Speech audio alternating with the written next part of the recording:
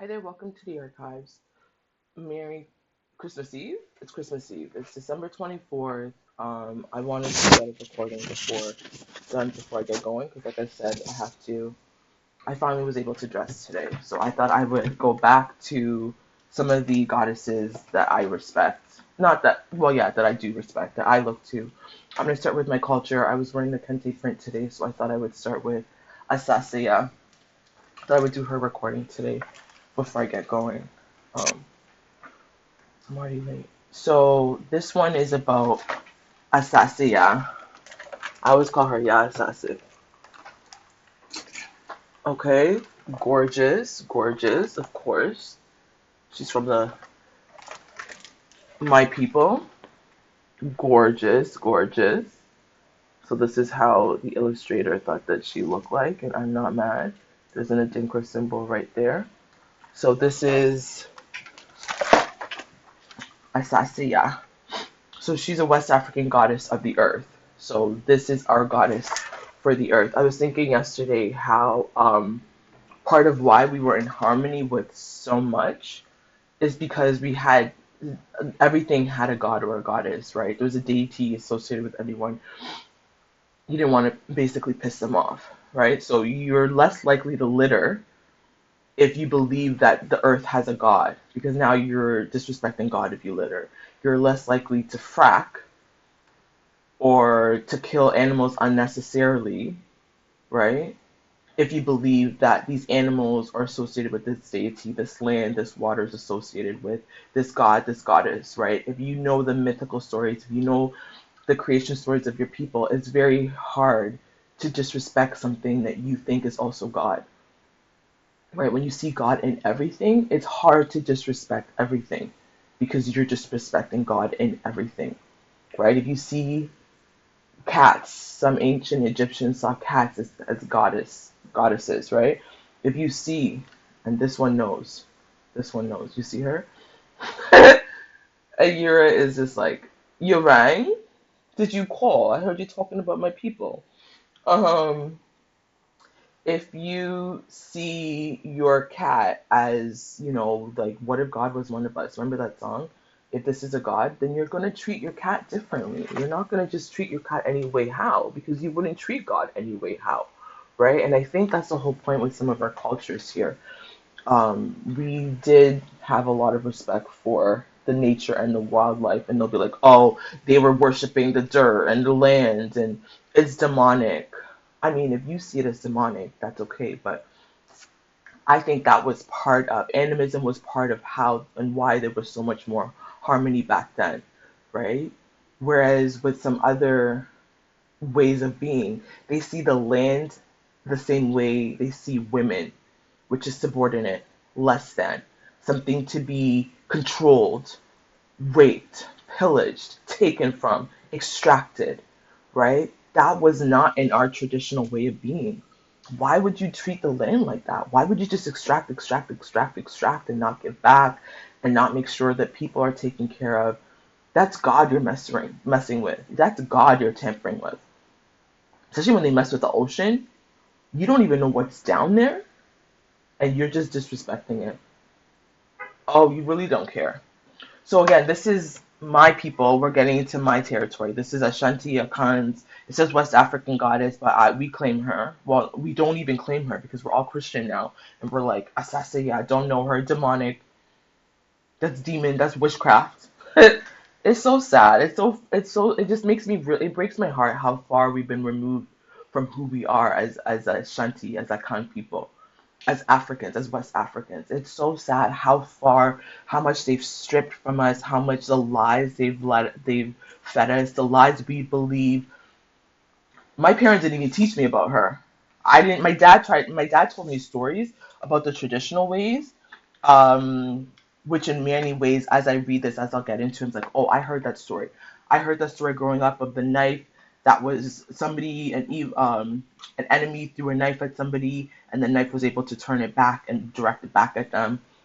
I never learned that story in terms of her story. I thought it was somebody in my lineage, right? They said that it was somebody in my own lineage.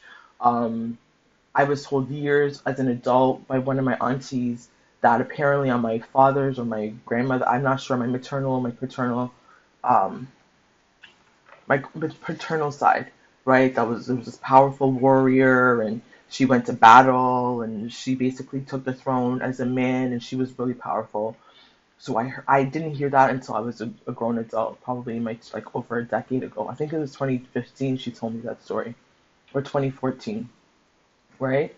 Meaning I was like 30 by the time I heard that. So at least in how I was brought up, a lot of these stories were not told to us. They were seen as demonic.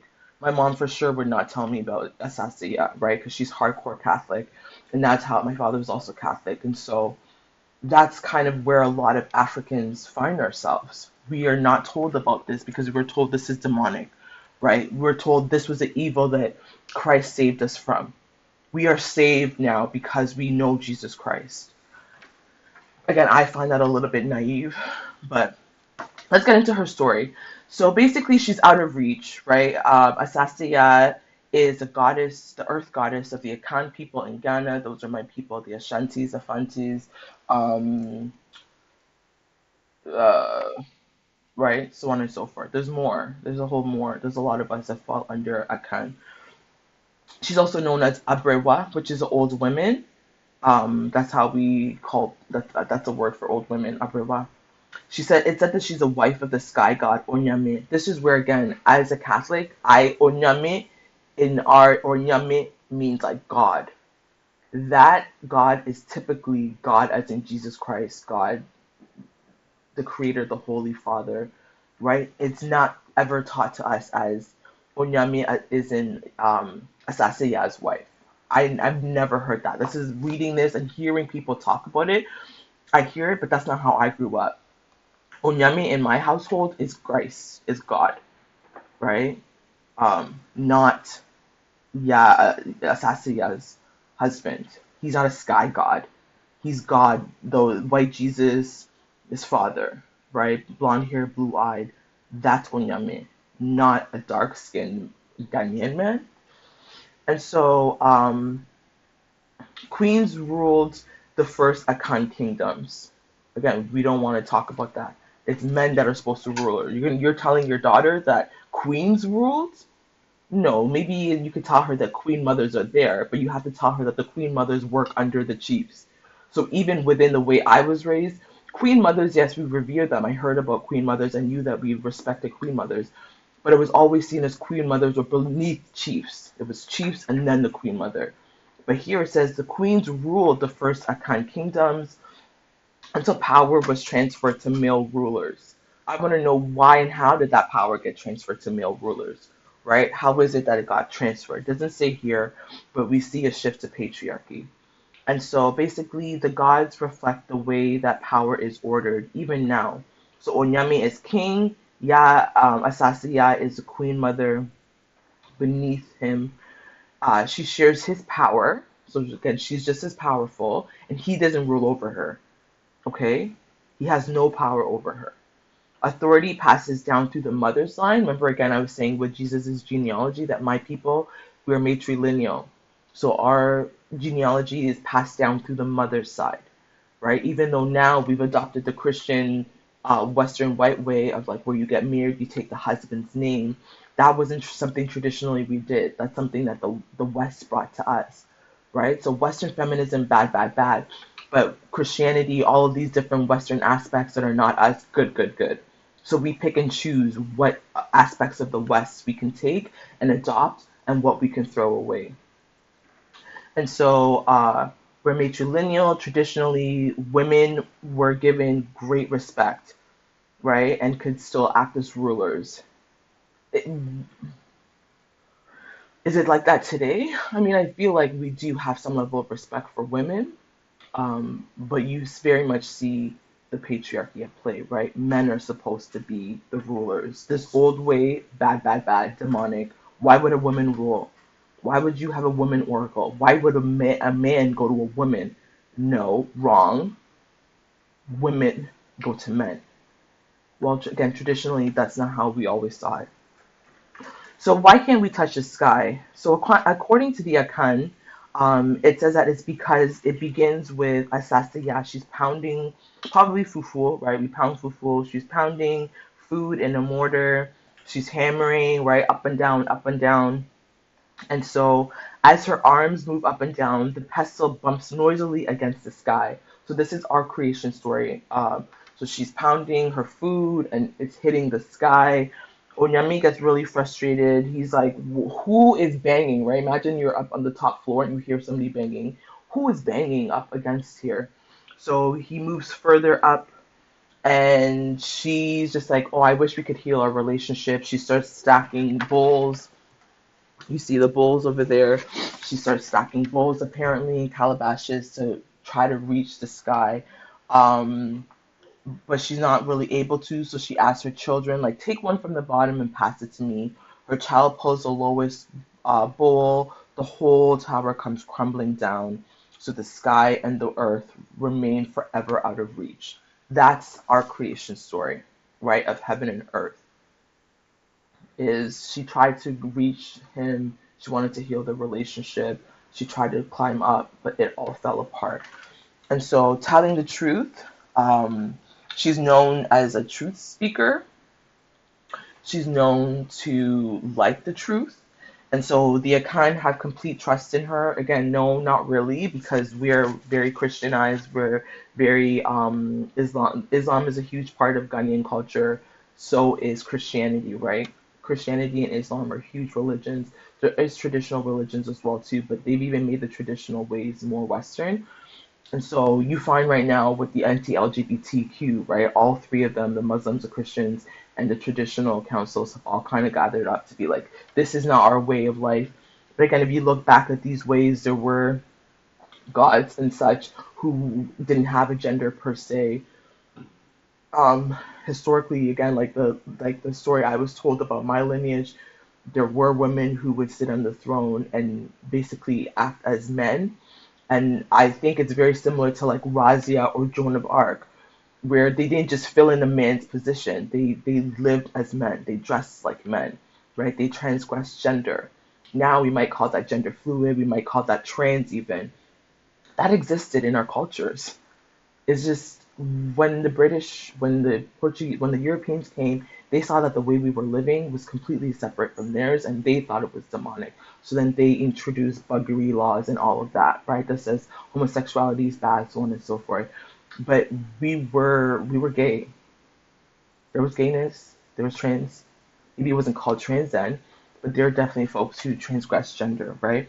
Anyways, she really likes the truth, and so in traditional folklore, whenever somebody is lying, the village will say, "Ask the old woman." Bisa obra Aberewa no, right? Go ask the old woman.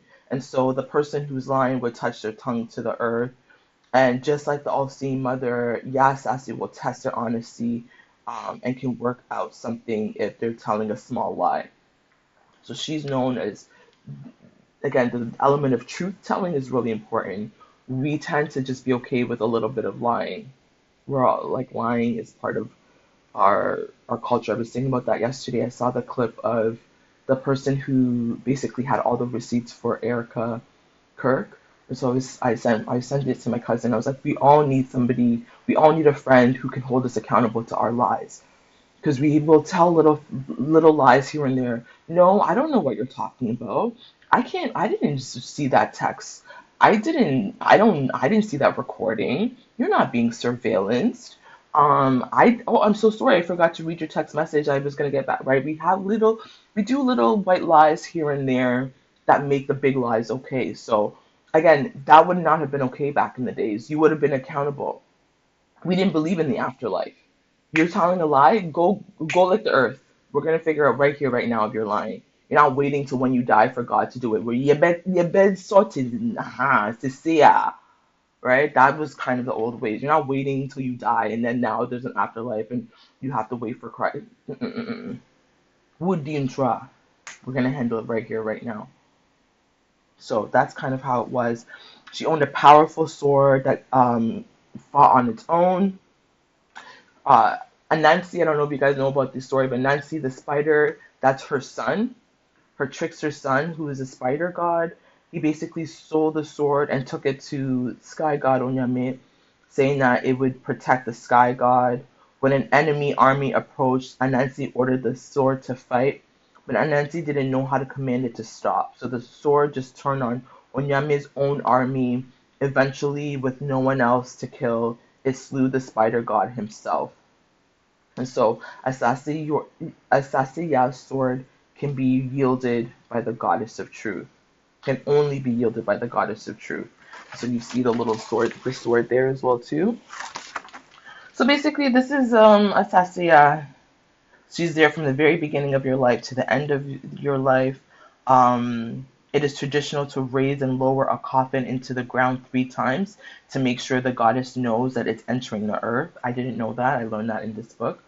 I never really paid attention to funeral services about how it goes. Um, Her symbol represents the weight of the earth, the gravity it holds on its surface, and the Earth Mother's love for all creation. Her day is Thursday, so Yaoneya. In one of my stories, I was just writing a scene of Kofini Ama church. I don't know if you guys know, but I grew up in going to a Ghanaian Catholic services, right? And sometimes we would do, at least once a month, we would do Kofini Ama to raise funds for the church. So I was just writing that scene. And so I was breaking down like for us, every day of the week, there's a corresponding masculine and feminine name, a male and female name. So Thursday, she's born on a Thursday, it said. So Thursday is her sacred day because her name is Ya, right? Ya means you were born on a Thursday. You're a girl, a female born on a Thursday. The corresponding male is Yao. So Thursday is her sacred day. To allow the goddess some rest, no one will work the fields or bury the dead on that day. She doesn't have temple dedicated to her. Instead, she is honored in the fields where every week gifts are left for her to enjoy on her land. During the transatlantic slave trade, it says that in the 1800s, so that's 1700s, Asase Yaa was one of the great gods acknowledged by enslaved Akan. Today, she is also worshipped in Jamaica, where many Akans settled. In her stories have traveled the ocean. She's given hope to many, and there is a loving mother watching over them. So this is Asase Yaa. Again, I just wanted to, now that I was able to get dressed for the day. Imagine me talking about Mommy Wata in workout gear. That would have been so disrespectful. Or snow pants. There's certain things for me, it's taboo. It's like going to church. If I'm going to go, I have to get dressed, right? I can't just be talking about Asase Yaa and you're sitting there wearing uh, Batman. It just didn't work. So now that I got dressed, I have time to do the ones that feel close to my heart. So this is Asase Yaa. I'll probably do Mami Wata tomorrow because I gotta get going. I'm already late. So Merry Christmas. This is Goddess 50 Goddesses, Spirits, and Saints, and the other female figures who have shaped belief is written by Dr. Janina Ramirez, and it's illustrated by Sarah Walsh. Okay, so this is Mami Wata. No, that's not true. Asase Yaa. Okay, until next time, in solidarity.